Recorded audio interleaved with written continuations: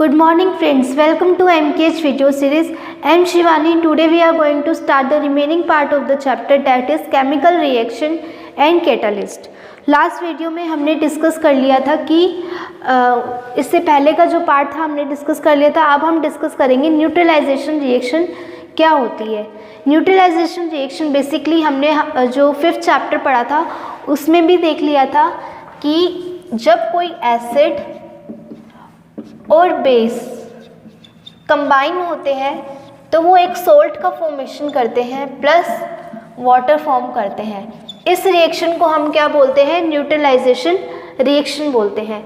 Acid की जगह हम HCl ले लें और बेस की जगह NaOH ले लें तो जो हमारा HCl है वो किस में टूटेगा? H प्लस और Cl माइनस में. और जो NaOH है वो किस में टूटेगा? Na प्लस और OH माइनस में. जब ये कंबाइन होंगे H इसका H प्लस इसके OH माइनस से कंबाइन होगा, क्योंकि प्लस से तो कंबाइन हो नहीं सकता. प्लस प्लस तो बॉन्ड बनाते ही नहीं है, प्लस और माइनस ही बनाते हैं. और ये वाला Cl इसके इस Na से जाके कंबाइन होगा तो हमारी रिएक्शन क्या हो जाएगी? NaCl प्लस HOH, यही था ना HOH, तो इसने क्या बना दिया इससे? H2O. ठीक है, तो ये हमारी रिएक्शन होगी. जो NaCl है यहाँ पे ये किसका काम करेगा? सोल्ट करेगा, सोल्ट का काम करेगा. अब देखो, अगर मैं स्ट्रॉन्ग एसिड और स्ट्रॉन्ग बेस लेती हूँ, strong acid plus strong base. हमें पता है स्ट्रॉन्ग एसिड और स्ट्रॉन्ग बेस कौन सा होता है? जो कम्प्लीटली आयोनाइज्ड होता है. जो कम्प्लीटली आयोनाइज होने पर ज़्यादा H प्लस आयन दे और ज़्यादा OH माइनस आयन दे, वो कैसे होते हैं? स्ट्रॉन्ग एसिड और स्ट्रॉन्ग बेस होते हैं. ठीक है, जब मैं इनको रिएक्ट कराऊंगी तो मेरे पास सॉल्ट तो मिलेगा प्लस वाटर भी मिलेगा, लेकिन ये जो सॉल्ट होगा इसकी pH कैसी आएगी? Is equals to 7. हमने pH स्केल पढ़ा था जिसमें हमने यहाँ शो किया था 7, और ये pH स्केल स्टार्ट हो रहा था 0 से लेकर 14 तक था, और जो 7 पॉइंट था उसका वो क्या था? न्यूट्रल था. और pH, ये pH की वैल्यूज़ है, और pH इज इक्वल्स टू 0 का मतलब क्या था? Strong acid. और pH इज इक्वल्स टू 14 का मतलब क्या था? Strong base. मतलब 7 से इधर जाने पर हमारी एसिडिटी इंक्रीज हो रही थी, इधर से इधर जाने पर एसिडिटी इंक्रीज हो रही थी, और 7 से इधर की तरफ जाने पर एसिडिटी डिक्रीज हो रही थी. ठीक है, ये हमने देखा था pH स्केल में. जब मैं स्ट्रॉन्ग एसिड स्ट्रॉन्ग बेस ले रही हूँ, दोनों का नेचर सेम ले रही हूँ, दोनों का नेचर कैसा है? स्ट्रॉन्ग है. दोनों का नेचर सेम ले रही हूँ तो जो मेरे पास प्रोडक्ट आएगा, जो भी सोल्ट आएगा, उसकी pH कैसी आएगी? 7 आएगी. और 7 हमें पता है किसकी pH होती है? न्यूट्रल की. तो हमारे पास ये जो सोल्ट है ये कैसा है? न्यूट्रल है. तो इसी रिएक्शन को हम बोलते हैं न्यूट्रलाइजेशन रिएक्शन. ठीक है, तो इस रिएक्शन को हम क्या बोलेंगे? Neutralisation reaction. ठीक है, अब देखो मैं क्या कर रही हूँ, यहाँ स्ट्रॉन्ग एसिड और ले रही हूँ वीक बेस, तो मेरे को सॉल्ट मिलेगा प्लस वाटर मिलेगा. अब बताओ मेरे को इस सॉल्ट की जो pH आएगी वो कितनी आएगी?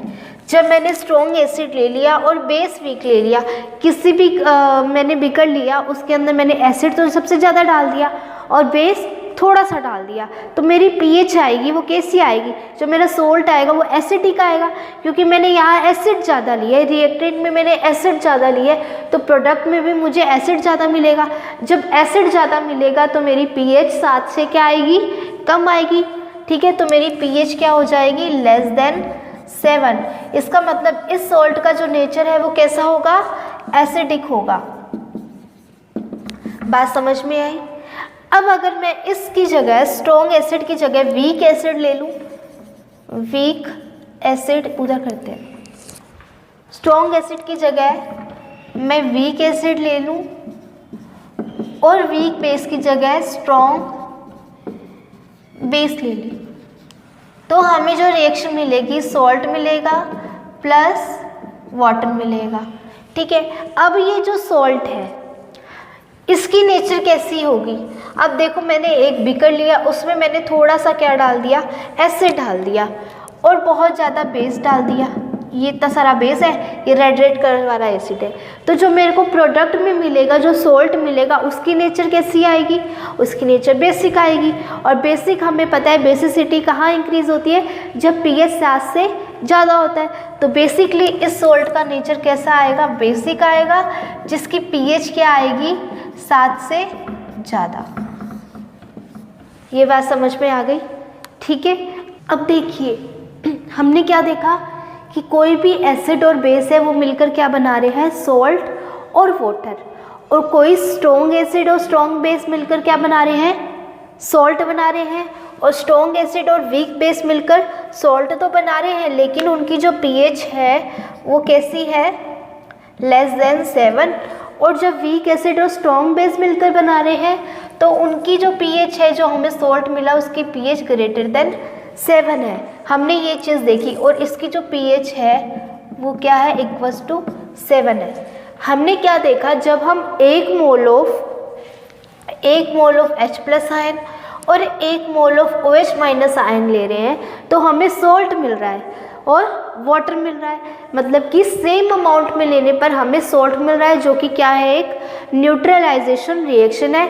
यानी कि 1 मोल ऑफ H प्लस ने मिलकर एक मोल ऑफ H प्लस और 1 मोल ऑफ OH माइनस दोनों ने मिलकर एक रिएक्शन कर दी, जो कि क्या है? न्यूट्रलाइजेशन रिएक्शन है। सेम अमाउंट में लिया है, इसलिए ये न्यूट्रलाइजेशन रिएक्शन है। देखो स्ट्रॉन्ग एसिड और स्ट्रॉन्ग बेस लिया, दोनों के मोल्स कितने हैं? 1 मोल लिए। ठीक है, 1 मोल लेने के बाद जब हमने इनकी रिएक्शन कराई तो हमें सॉल्ट मिल गया, क्योंकि इनका नेचर सेम है। स्ट्रॉन्ग एसिड है, ये भी स्ट्रॉन्ग बेस है। जब हम इन दोनों की रिएक्शन कराएंगे तो इसमें से जो H प्लस आयन निकलेगा, इसमें भी से OH माइनस आयन निकलेगा। इसमें से हमें H प्लस आयन मिला और इसमें से हमें OH माइनस आयन मिला। अब क्योंकि दोनों ये स्ट्रॉन्ग है तो इनमें से जो H प्लस आयन और इसमें से जो OH माइनस आयन निकला है वो सेम अमाउंट में निकलेगा। मतलब मान लो अगर यहाँ 3 मोल ऑफ H प्लस निकले हैं तो इसमें से भी 3 mole of OH minus ion निकलेंगे। हमने स्ट्रॉन्ग एसिड और स्ट्रॉन्ग बेस की डेफिनेशन क्या पढ़ी थी? Which completely ionized or give more number of H plus और OH minus ions। ठीक है, वीक एसिड और वीक बेस की डेफिनेशन क्या पढ़ी थी? which do not completely ionized or give less number of H plus and OH minus ion. अरे जब वो कम्प्लीटली आयोनाइज्ड ही नहीं हो पाएंगे तो वो ज़्यादा नंबर ऑफ H प्लस और OH माइनस आयन कैसे दे पाएंगे? जैसे मान लो ये हमारा CH3COOH है, ये क्या है? एक वीक एसिड है। जब ये कम्प्लीटली वाटर में डिज़ोल्व नहीं होगा, तो ये क्या करेगा? Less number of H plus ion देगा। अगर ये कम्प्लीटली डिज़ोल्व हो जाता तो ये ज़्यादा number of H plus ion देता। ठीक है, तो ये बात आपको पता होनी चाहिए। उसके बाद अब हम इस पे आ रहे हैं, क्योंकि ये दोनों सेम नेचर के, स्ट्रॉन्ग एसिड और ये भी स्ट्रॉन्ग बेस है, तो जितने नंबर ऑफ H प्लस ये देगा उतने नंबर में ही ये OH माइनस देगा। और ये H प्लस और ये OH माइनस सेम अमाउंट में है, ये दोनों रिएक्ट कर जाएंगे और एक सोल्ट का फॉर्मेशन कर जाएंगे, जिसकी pH क्या आएगी?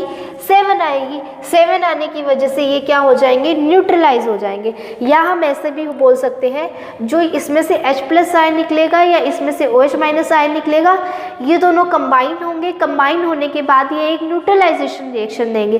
क्यों देंगे? क्योंकि दोनों सेम अमाउंट में ले रहे हैं, सेम अमाउंट में लेंगे तो ये न्यूट्रलाइजेशन रिएक्शन होगी। जैसे मान लो मैंने यहाँ +5 लिया एक एक मैंने -5 लिया, तो दोनों तो न्यूट्रलाइज हो जाएंगे, प्लस वाला माइनस से कट जाएगा तो दोनों न्यूट्रलाइज हो जाएंगे, हमें क्या मिला 0 मिला। तो मतलब ये क्या होगी हमारी न्यूट्रलाइजेशन रिएक्शन होगी। वैसे इसको +5 मान लो, इसको -5 मानो, प्लस और माइनस, ठीक है। तो ये दोनों क्या हो जाएंगे, एक दूसरे से कैंसिल हो जाएंगे और हमें क्या दे देंगे, एक न्यूट्रल सोल्ट दे देंगे, न्यूट्रलाइजेशन रिएक्शन दे देंगे जिसकी pH क्या होती है 7 होती है। ये बात समझ में आई। अब आगे का एग्जाम्पल देखो। अब ये बोल रहा है कि हमने ले लिया स्ट्रॉन्ग एसिड और वीक बेस। स्ट्रॉन्ग एसिड यहाँ पे क्या है HCl, वीक बेस क्या है NH4OH। अब क्योंकि ये स्ट्रॉन्ग एसिड है तो ये ज़्यादा H+ आयन देगा, मोर H+ आयन देगा, और अब क्योंकि ये स्ट्रॉन्ग एसिड है तो ये मोर H+ आयन देगा और कंप्लीटली क्या होगा, आयोनाइज्ड होगा, ठीक है। ये वीक बेस है तो ये क्या करेगा, less number of OH- ion देगा और लेस आयोनाइज्ड होगा, ठीक है। अब किसी भी रिएक्टेंट में सबसे जो ज़्यादा H+ आयन देता है तो प्रोडक्ट में भी उतने ज़्यादा H+ आयन बनेंगे। जब प्रोडक्ट साइड में उतने ज़्यादा H+ आयन बनेंगे तो उसकी pH क्या हो जाएगी, लेसर हो जाएगी 7 से, जो किसका इंडिकेशन है, किसका, एसिड का, ठीक है। H+ कंसंट्रेशन का मतलब क्या है, H+ कंसंट्रेशन ज़्यादा होने का मतलब क्या है, वो एसिड है। OH- आयन की कंसंट्रेशन का ज़्यादा होने का मतलब क्या है, वो बेस है। H+ आयन की कंसंट्रेशन कम होने का मतलब क्या है, वो बेस होगा और मतलब लेस एसिड होगा, ठीक है। ये बात भी आपको पता होनी चाहिए। अब क्योंकि यहाँ ज़्यादा नंबर ऑफ H+ आयन मिल रहे हैं तो यहाँ प्रोडक्ट में भी ज़्यादा नंबर ऑफ H+ आएंगे। जब ज़्यादा नंबर ऑफ H+ आयन आएंगे, कंसंट्रेशन H+ की ज़्यादा आएगी तो वो कैसा नेचर होगा उसका, एसिडिक होगा। एसिडिक होने की वजह से इसका जो pH है वो लेसर देन 7 हो जाएगा, ठीक है। अब ये देखो, ये वीक बेस था, ये लेस OH- आयन दे रहा है, ठीक है, और लेस आयोनाइज्ड हो रहा है। जब ये लेस आयोनाइज्ड हो रहा है तो इसका जो बेसिक पार्ट है वो थोड़ा बहुत बेसिक पार्ट इसी में ही पड़ा रहेगा। यहाँ तो पूरा न्यूट्रलाइज हो गया, पूरा का पूरा बेस पूरा का पूरा एसिड के साथ रिएक्ट कर गया, लेकिन क्योंकि यहाँ स्ट्रॉन्ग एसिड है और ये वीक बेस है, ये आयोनाइज्ड ही नहीं हो रहा। जब आयोनाइज्ड ही नहीं होगा तो ये एसिड के साथ जाके पूरा मिक्स नहीं होगा, कुछ अमाउंट ऑफ बेस इसका अनडिसोसिएट फॉर्म में पड़ा रहेगा। जब अनडिसोसिएट फॉर्म में रहेगा तो हमारा जो नेचर है इसका, हमारा जो सोल्ट है वो पूरी तरह से न्यूट्रलाइज नहीं होगा, ठीक है, क्योंकि न्यूट्रलाइज होने के लिए तो उसको सेम अमाउंट में एसिड और बेस चाहिए। अब क्योंकि आधा एसिड यहाँ पर है, आधा एसिड इधर आ गया, तो ये तो न्यूट्रलाइजेशन रिएक्शन नहीं होना, ठीक है। सोल्ट बन रहा है जिसकी pH 7 लेसर देन 7 है, बट हम इसको न्यूट्रलाइजेशन रिएक्शन नहीं बोल सकते। न्यूट्रलाइजेशन रिएक्शन हम किसको बोलेंगे, सिर्फ इसको बोलेंगे, ठीक है। अब यही केस यहाँ ले लो। अब ये हमने यहाँ वीक एसिड ले लिया और ये स्ट्रॉन्ग बेस ले लिया। ये स्ट्रॉन्ग बेस है तो ये ज़्यादा नंबर में OH- आयन देगा। जब ये ज़्यादा नंबर में OH- आयन देगा तो इसका नेचर कैसा हो जाएगा, OH- ज़्यादा नंबर में देगा तो यहाँ प्रोडक्ट साइड में इसका नेचर कैसा हो जाएगा, बेसिक हो जाएगा। बेसिक होने की वजह से इसका pH ग्रेटर देन 7 हो जाएगा। अब क्योंकि ये पूरा डिसोसिएट नहीं हुआ, क्योंकि ये क्या था, वीक एसिड था, पूरा डिसोसिएट नहीं हुआ तो ये रिएक्टेंट फॉर्म में, रिएक्टेंट में अनडिसोसिएट फॉर्म में पड़ा रहा। जब अनडिसोसिएट फॉर्म में रहा तो हमें इधर पूरी न्यूट्रलाइजेशन रिएक्शन नहीं मिलेगी, इसलिए इसको भी हम न्यूट्रलाइजेशन रिएक्शन नहीं बोल सकते। तो ये कंसेप्ट था आपका न्यूट्रलाइजेशन रिएक्शन का, समझ में आ गई बात। अब हम आगे देखते हैं कैटलिस्ट क्या होते हैं। अब देखिए कैटलिस्ट क्या होते हैं। मैंने आपको पहले भी 5th चैप्टर में समझाया था कि कैटलिस्ट कोई भी रिएक्शन है, मान लो A से B है, A + B gives C + D। ये हमारी कोई भी एक रिएक्शन है, ठीक है, जिसको कंप्लीट होने में हमें लग रहा है 30 मिनट, ठीक है, जिसको कंप्लीट होने में कितना टाइम लग रहा है, 30 मिनट। और अब मैं सोच रही हूँ कि अब मेरे को 30 मिनट वेट करना पड़ेगा। क्या मैं इसको ऐसा नहीं कर सकती कि रिएक्शन जल्दी हो जाए? तो मैं ऐसा करती हूँ, कुछ इसके अंदर रिएक्टेंट डाल देती हूँ या कुछ ऐसा सब्सटेंस डाल देती हूँ जो इस रिएक्शन की स्पीड को बढ़ा दे, वेलोसिटी को बढ़ा दे, रेट को बढ़ा दे। किसको बढ़ा दे? रेट, वेलोसिटी, स्पीड, ये तीनों एक ही वर्ड है। रेट का मतलब वेलोसिटी है, रेट का मतलब स्पीड है, वेलोसिटी का मतलब रेट है, वेलोसिटी का मतलब स्पीड है, स्पीड का मतलब वेलोसिटी है और स्पीड का मतलब भी रेट है। तीनों एक ही वर्ड है, ठीक है। तो मैं ऐसा सब्सटेंस डालना चाहती हूँ जो मेरी रिएक्शन की स्पीड को बढ़ा दे। मतलब जब रिएक्शन की स्पीड बढ़ जाएगी तो जो मेरा रिएक्टेंट है वो किस में कन्वर्ट हो जाएगा? प्रोडक्ट में कन्वर्ट हो जाएगा, जल्दी कंप्लीट होगा, मतलब जल्दी कन्वर्ट होगा। जहाँ मेरे को 30 मिनट्स लग रहे थे वहाँ मेरे को कितने मिनट लगेंगे? मुश्किल से 1 मिनट लगेंगे।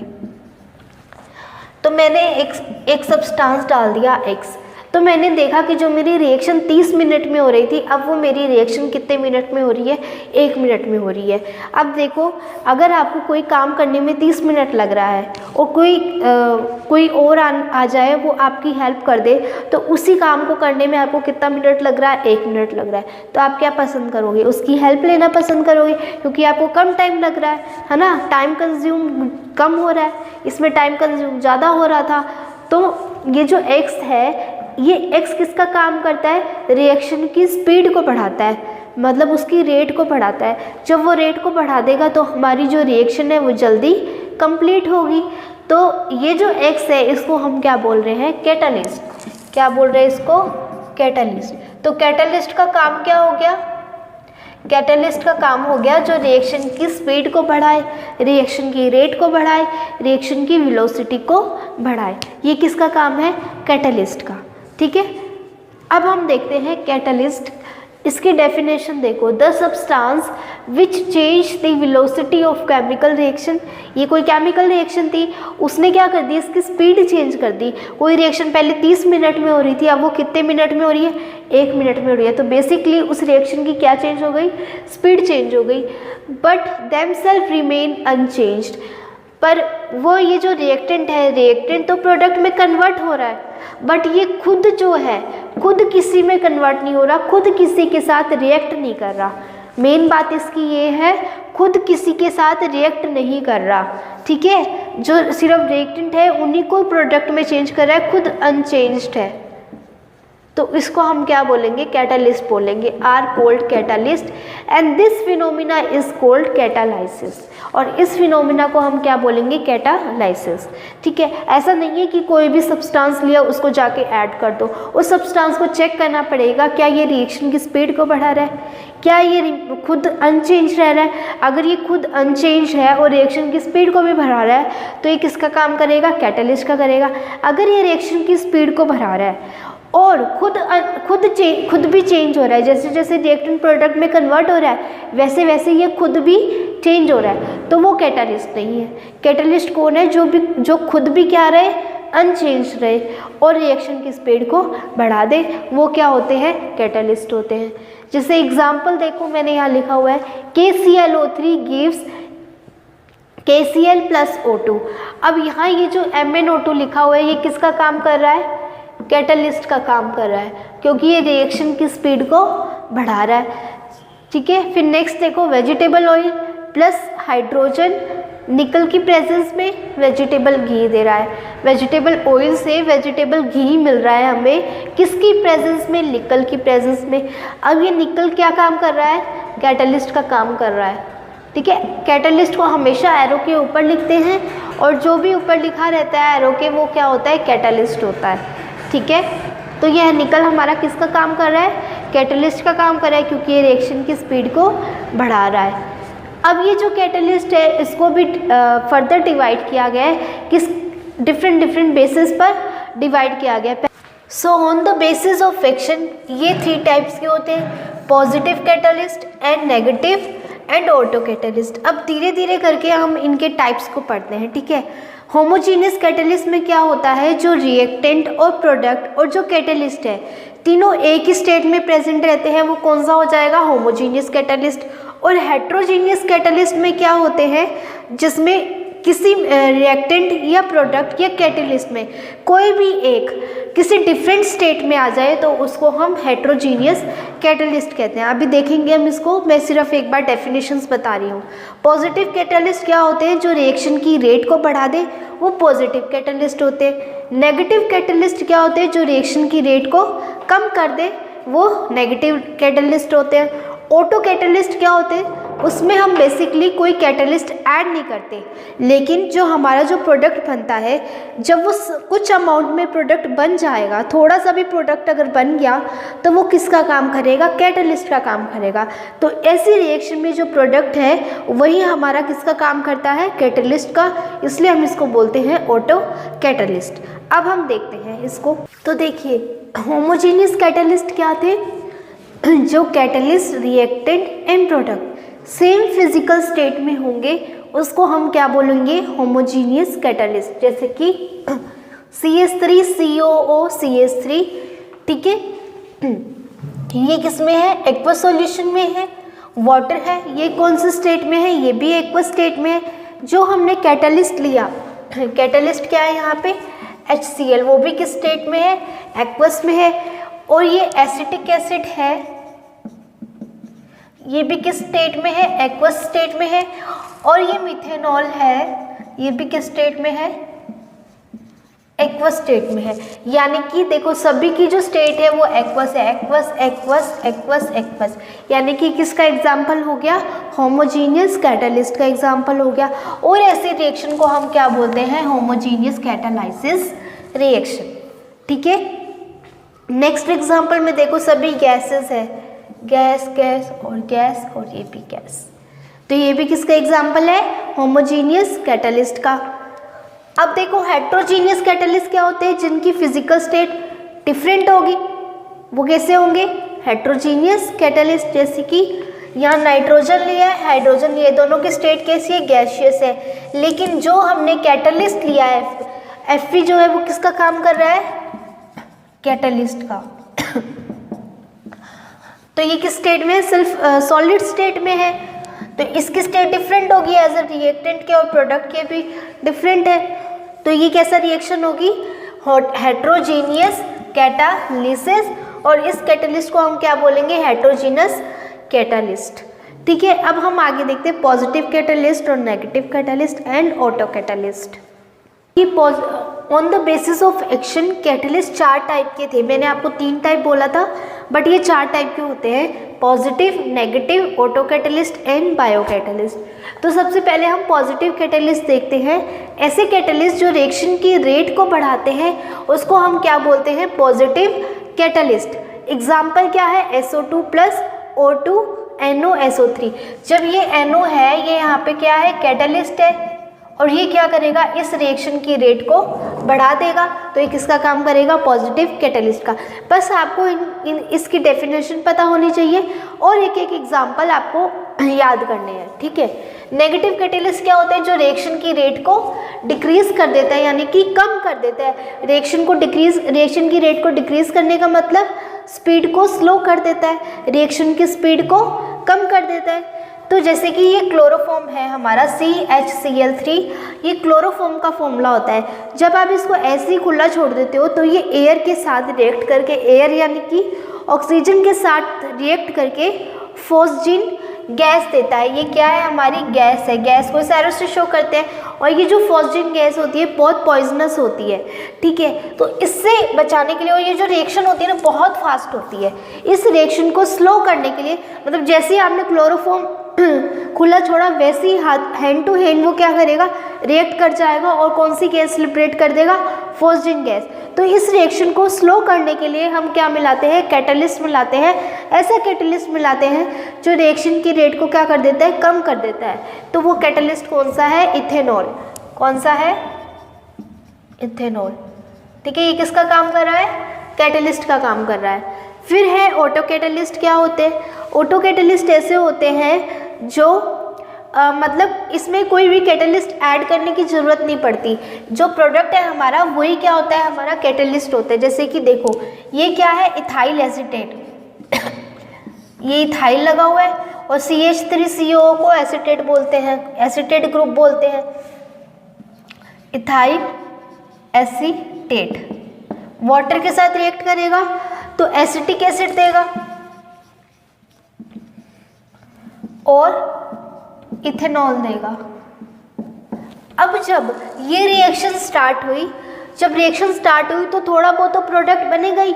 जैसे रिएक्शन स्टार्ट होगी तो इतने अमाउंट में तो प्रोडक्ट बनेगा ही। जब इतना सा भी प्रोडक्ट बन गया तो ये क्या करेगा, रिएक्शन की स्पीड को बढ़ा देगा। किसने बढ़ाया, इस प्रोडक्ट ने बढ़ाया। तो ये प्रोडक्ट किसका काम कर रहा है यहाँ पर, कैटलिस्ट का। जब प्रोडक्ट खुद कैटलिस्ट का काम करे और रिएक्शन की रेट को बढ़ा दे, उसको हम क्या बोलते हैं, ऑटो कैटलिस्ट। ठीक है, तो बायो कैटलिस्ट क्या थे, जो रिएक्शन की रेट को बढ़ाते हैं। कौन सी रिएक्शन होती है वो, बायोकेमिकल रिएक्शन होती है। बायोकेमिकल रिएक्शन की रेट को बढ़ाते हैं और ऐसे कैटलिस्ट को हम क्या बोलते हैं, एंजाइम्स बोलते हैं। क्या बोलते हैं, एंजाइम। एंजाइम क्या होते हैं, complex nitrogenous organic compound which are specific for the biochemical reaction. मतलब क्या है, नाइट्रोजीनियस ऑर्गेनिक कंपाउंड का मतलब है जिसमें नाइट्रोजन क्या हो, प्रेजेंट हो। जिसमें नाइट्रोजन प्रेजेंट हो उसको हम नाइट्रोजीनियस ऑर्गेनिक कंपाउंड बोलते हैं। Which are specific for the biochemical reaction. मतलब हर एक बायोकेमिकल रिएक्शन के लिए हर एक एंजाइम होगा, उसके लिए स्पेसिफिक एंजाइम होगा। जैसे एग्जांपल देखो, NH2CO NH2 ये किसका फॉर्मूला है, यूरिया का फॉर्मूला है ये। ठीक है, जब यूरिया लिया उसको वाटर में डिसॉल्व किया तो इसके लिए जो एंजाइम लिया है हमने, अब क्योंकि ये बायोकेमिकल रिएक्शन है, यूरिया है एक मतलब क्या है, एक ऑर्गेनिक कंपाउंड है, बायो से रिलेटेड है, तो ये बायोकेमिकल रिएक्शन है। ठीक है, अब इसके लिए हम एंजाइम लेंगे और एंजाइम क्या लिया है, यूरिया के लिए यूरिएज। ठीक है, ये एंजाइम लेते हैं, तो ये यूरिया के लिए ये स्पेशल ये वाला एंजाइम। अब आप कोई और रिएक्शन करा रहे हो, उस रिएक्शन में आप ये वाला एंजाइम डाल दो तो काम नहीं करेगा।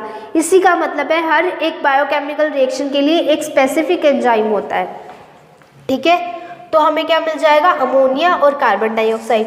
अब ये जो यूरिएज है इसमें भी नाइट्रोजन प्रेजेंट रहता है, इसलिए यहाँ बोला नाइट्रोजीनियस ऑर्गेनिक कंपाउंड। ठीक है, नेक्स्ट एग्जाम्पल देखो, माल्टोज था, ये माल्टोज है।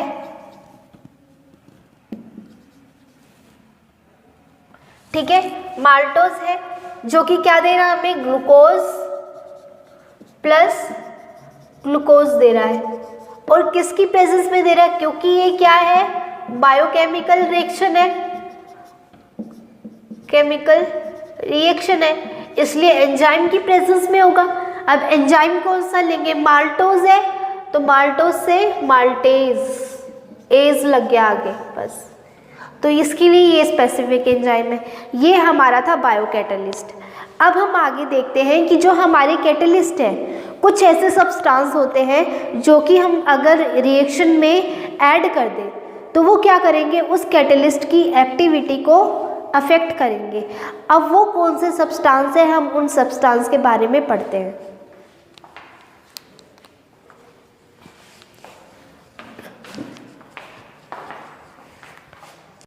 अब हमें पढ़ना है some substances affect the activity of catalyst. कुछ ऐसे सब्सटेंस है जो कैटलिस्ट की एक्टिविटी को अफेक्ट करते हैं, वो कौन से हैं। पहला है कैटलिस्ट प्रमोटर। पहला है कैटलिस्ट प्रमोटर, जो क्या करता है, कैटलिस्ट की एक्टिविटी को इंक्रीज कर देता है। बट खुद कैटलिस्ट नहीं होता, लेकिन कैटलिस्ट की एक्टिविटी को इंक्रीज कर देता है। जैसे कि N2+H2 लिया, यहाँ ये जो MO है ये तो किसका काम कर रहा है, कैटलिस्ट का। और कैटलिस्ट ये किसका काम कर रहा है, कैटलिस्ट प्रमोटर का। प्रमोट यानी बढ़ाना। ठीक है, तो ये जो Fe है इस MO के, इस कैटलिस्ट के एक्टिविटी को क्या कर रहा है, इंक्रीज कर रहा है। इसलिए यहाँ ये जो Fe किसका काम करेगा, कैटलिस्ट प्रमोटर का। नेक्स्ट देखो, नेक्स्ट हमारा है कैटलिस्ट इनहिबिटर्स। इनहिबिट का मतलब, इनहिबिशन का मतलब रुकना। तो यानी ऐसे कैटलिस्ट जो किसी कैटलिस्ट की एक्टिविटी को, ऐसे सब्सटेंस, कैटलिस्ट नहीं, ऐसे सब्सटेंस जो किसी कैटलिस्ट की एक्टिविटी को डिक्रीज कर दे, कम कर दे, उसको हम क्या कहेंगे, catalyst inhibitor. Which decrease the activity of catalyst. जैसे यहाँ ये रिएक्शन हो रही है, ये अब Fe किसका काम कर रहा है, कैटलिस्ट का काम कर रहा है, ठीक है। अगर मैं इस रिएक्शन में CO ऐड कर दूं, यानी कि कार्बन मोनोऑक्साइड ऐड कर दूं, तो ये जो रिएक्शन है ये स्लो हो जाएगी। मतलब ये जो CO है ये क्या करेगा, इस कैटलिस्ट की एक्टिविटी पर अफेक्ट करेगा, इसकी एक्टिविटी को कम कर देगा, तो उससे पूरी रिएक्शन पर भी अफेक्ट आएगा, ठीक है। अब हमें पढ़नी है प्रॉपर्टी ऑफ कैटलिस्ट कि कैटलिस्ट की प्रॉपर्टी क्या है। अभी तक जो आपने पढ़ा क्या देखा, कैटलिस्ट क्या क्या कर सकता है, रिएक्शन की रेट को बढ़ा सकता है, और क्या कर सकता है, अगर हम इतना सा भी अमाउंट ले ले कैटलिस्ट का, वो हमारे लिए सफिशिएंट है, किसके लिए, रिएक्शन की रेट को बढ़ाने के लिए। तो ये रिएक्शन की रेट को इंक्रीज करता है। Small amount is sufficient to increase the rate of reaction. Specific catalyst is used to increase the rate of reaction. वो स्पेसिफिक कैटलिस्ट कौन से थे, एंजाइम्स थे। मतलब हर किसी बायोकेमिकल रिएक्शन के लिए अपना एक खुद का एंजाइम होता है, खुद का कैटलिस्ट होता है। Do not initiate reaction but increase the velocity. ये जो कैटलिस्ट है ये किसी भी रिएक्शन को स्टार्ट नहीं कर रहे, स्टार्ट तो हमें करनी पड़ेगी, लेकिन जो कैटलिस्ट है वो क्या करे, सिर्फ स्पीड बढ़ा रहे हैं। स्टार्ट तो हमें करना पड़ेगा, लेकिन उसकी स्पीड कौन बढ़ाएगा, कैटलिस्ट बढ़ाएगा, ठीक है। तो do not initiate reaction but increase the velocity. फिर है reversible catalyst affect rate of both forward and backward reaction. मतलब ये सिर्फ फॉरवर्ड रिएक्शन की रेट नहीं बढ़ाता, बैकवर्ड रिएक्शन की भी रेट बढ़ाता है, ठीक है। More active at particular temperature only. मतलब कैटलिस्ट एक पर्टिकुलर टेम्परेचर पे ही काम करता है। मान लो अगर कोई कैटलिस्ट है, उसको टेम्परेचर चाहिए 350 केल्विन और हमने दे दिया 200 केल्विन, तो वो कैटलिस्ट काम नहीं करेगा। उसको एक्टिव होने के लिए, उस कैटलिस्ट को एक्टिव करने के लिए हमें कितना टेम्परेचर देना पड़ेगा, 350 केल्विन टेम्परेचर देना पड़ेगा। यही मतलब है, जैसे जैसे हम टेम्परेचर चेंज करेंगे उसकी एक्टिविटी भी चेंज होगी। तो ये हमारा इस चैप्टर के बारे में था। अब ये चैप्टर यहाँ ख़त्म होता है। इस चैप्टर में हमने बहुत कुछ सीखा, कैटलिस्ट सीखा, रिवर्सिबल रिएक्शन क्या होती है, ऑक्सीडेशन रिडक्शन क्या होता है, स्लो रिएक्शन कैसी होती है, फास्ट रिएक्शन कैसी होती है, टाइप ऑफ रिएक्शन सीखे हमने। ये सब हमने इस चैप्टर में सीखा। I hope you like my video. Thank you so much. Have a nice day.